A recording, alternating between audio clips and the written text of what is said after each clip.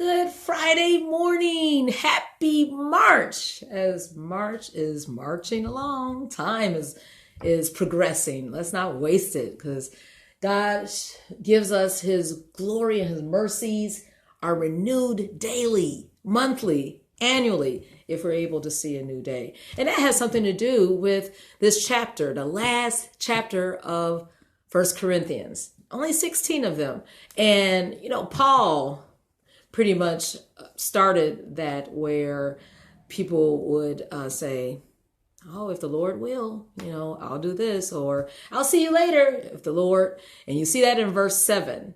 He said, I trust to tarry a while with you if the Lord permits, right? We cannot brag about any of our plans, what we're going to do this weekend, right? Hanging out with friends. It's all contingent on God's will because we don't know if we're going to make it by this afternoon, right? So we have to live that way, right? In humility and knowing that God is holy and he's in control of everything. He's sovereign and he will decide, and he's already decided our beginning and our end date. So let's be busy. Let's be about his business, doing his will. This chapter is rich, talking about, bringing in the offerings of the Lord the first day of the week. And that's in verse 2.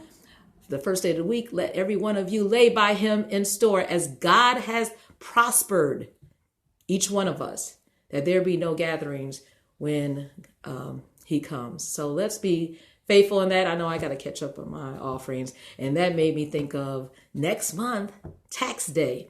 So, wow, time is moving on, but let's be diligent stewards with our gifts that the Lord gives us while we're here. And verse 6, this is the first time I noticed, how people say, oh, I'm going to summer at Martha's Vineyard and I'm going to, winter. Well, Paul is using that. He's using seasons as a verb. He says, and it may be that I will abide, yea, and winter with you. So we're about to go into spring. I don't see spring and autumn with those verbs in the word, but know that God has an appointed time for every work under the sun. To everything, there is a season. So let's make sure that we are connected and listening to him because he channels his will to us if we are connected.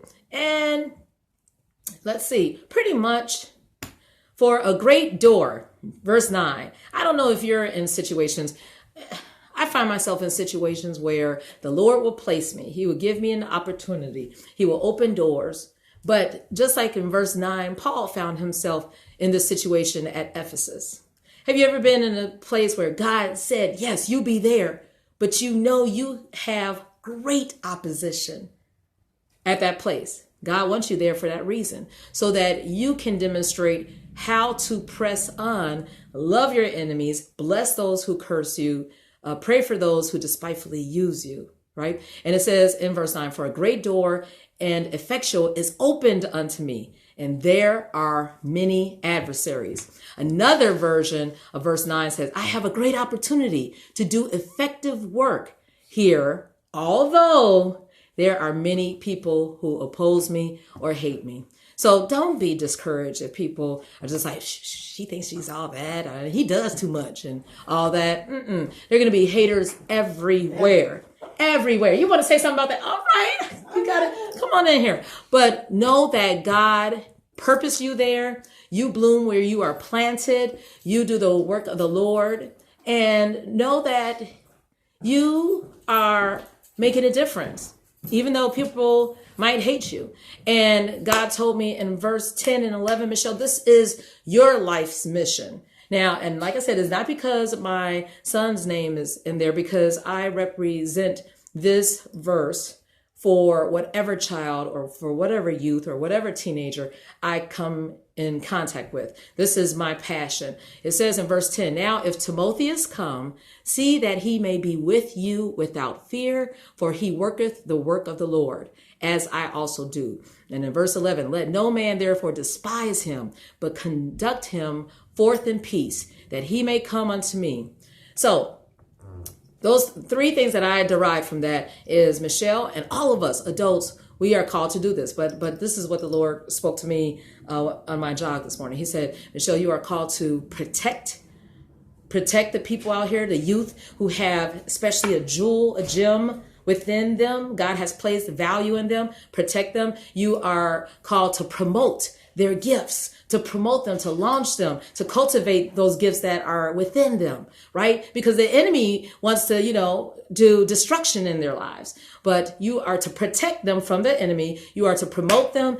And in verse 11, you are to launch them or proceed, let them proceed in peace. No matter what has gone on in their lives, you direct them to the path of light. And oh my goodness, you're going to see great things to be done. So watch ye, stand fast, quit you like men, be strong in the Lord in verse 13 and do the work. Have a wonderful day doing the Lord's work.